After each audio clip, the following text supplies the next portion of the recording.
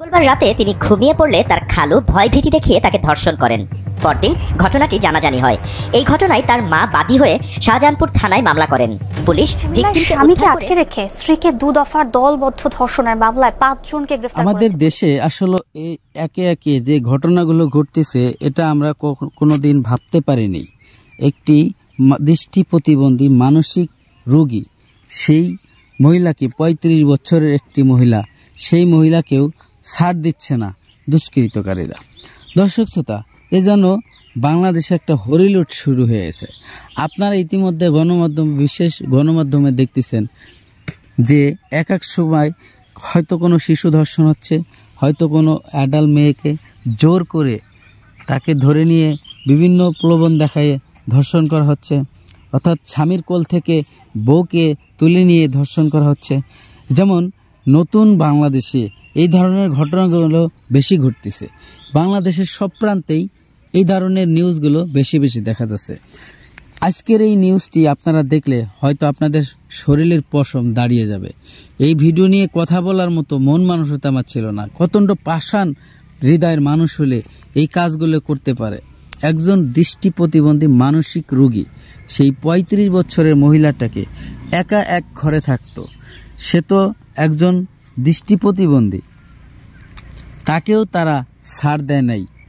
এই কুলাঙ্গার পাষাণ হৃদয়ের মানুষগুলো, যারা এই ঘটনাগুলো ঘটেছে, এই নেক্কারজনক ঘটনা ঘটেছে, অবশ্যই তারা যেন আইনের আওতায় আসে এবং প্রশাসন তাদেরকে দ্রুত ধরে বিচারের ব্যবস্থা করে। প্রিয় দর্শক, এটা আমরা সবাই চাই। একজন মানসিক প্রতিবন্ধী, তারও যদি কোনো নিরাপত্তা না থাকে, আর কেমন রুচির মানুষ এরা যে দেশে এত সুন্দর সুন্দর মেয়ে থাকতে একজন দৃষ্টি প্রতিবন্ধীকে, পাগলকে তারা ছেড়ে দেয় নাই। তাহলে তাদের রুচিবোধ কতটা খারাপ। বিভিন্ন জায়গায় আমরা শুনতে পাই অমুক মেয়েকে জোর করে ধরে নিছে, যৌনহরণী করতেছে। আসলে এদের মতো কিছু লোক আছে যা সাধারণ মানুষকে কষ্ট দেয়, যা সাধারণ মানুষকে বিভ্রান্তি করে।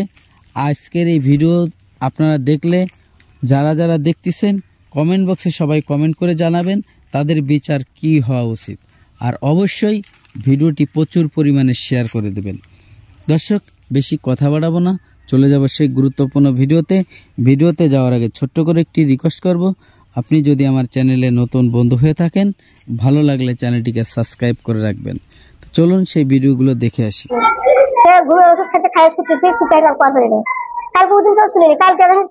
সন্ধ্যা সময় রাতের মারা দিন ছুটেছে হয়ে হয়ে উঠছে, তো ছোলা আমার এই ভাগ্নাত করছে, গেলে কিছু করা হয়নি।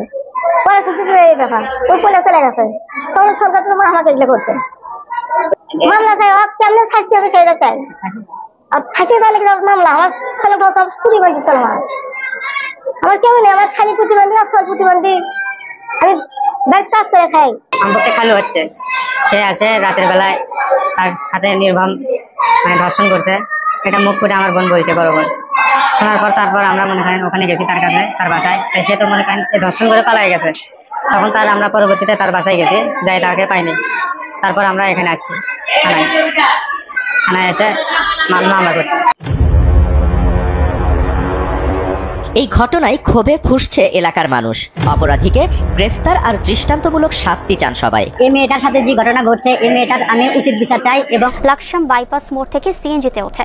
সিএনজি চালক মাসুদ কৌশলে তাদের গঞ্জামার এলাকায় নিয়ে যায়। সেখানে স্বামীকে আটকে রেখে পরিত্যক্ত একটি বাড়িতে নিয়ে দলবদ্ধভাবে স্ত্রীকে ধর্ষণ করে মাসুদ ও আলী।